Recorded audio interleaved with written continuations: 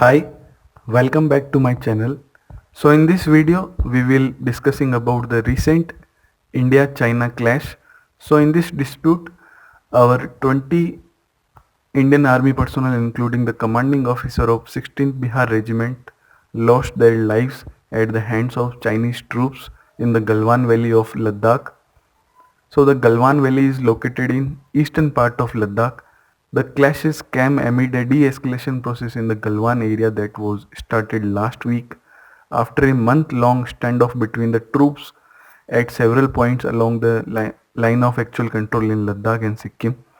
China's recent action on the line of actual control with the India can be seen as following the five fingers of the Tibetan palm as was laid down by the People's Republic of China's founding father of Mao Zedong and cited in the 1950s by Chinese official Zizeng, which is Tibet was China's right palm and it was its responsibility to liberate the fingers defined as Ladakh, Nepal, Sikkim, Bhutan and the Northeast Frontier Agency, which is our Arunachal Pradesh.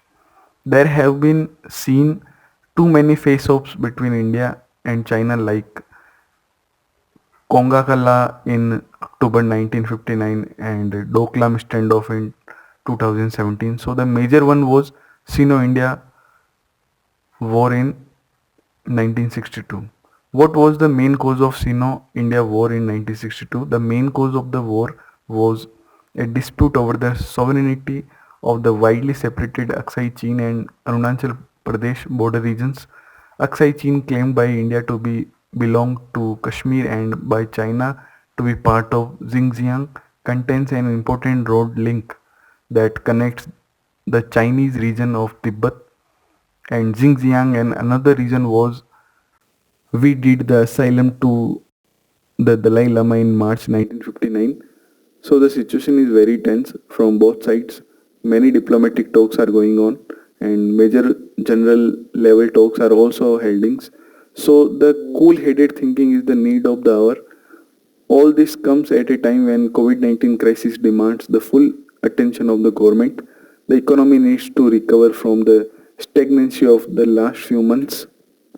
The tension with the Pakistan persists and a dispute over territory with the Nepal in the Lipule Kalapani area has been headlined.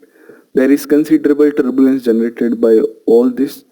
We will be soon coming out of this situation by strong political direction, mature deliberation and coherence are keys to handling the situation. It is timely to boldly take the long view in the area as also on its South Asia policy. Good neighborhood relations are crucial for national stability and well-being. In the trying time of this situation, a good news is that India's election to United Nations Security Council as a non-permanent member is a significant diplomatic victory for the country. Our soldiers have displayed exemplary courage and valor in the line of duty and sacrificed their lives in the highest tradition of the Indian Army. I pray for lasting peace to the entire region. I also extend my condolences to the families of Jawans who have lost their lives on the line of actual control. It's a humble request to my fellow citizens of this country. Always respect the Indian Army personnel. Jai Hind.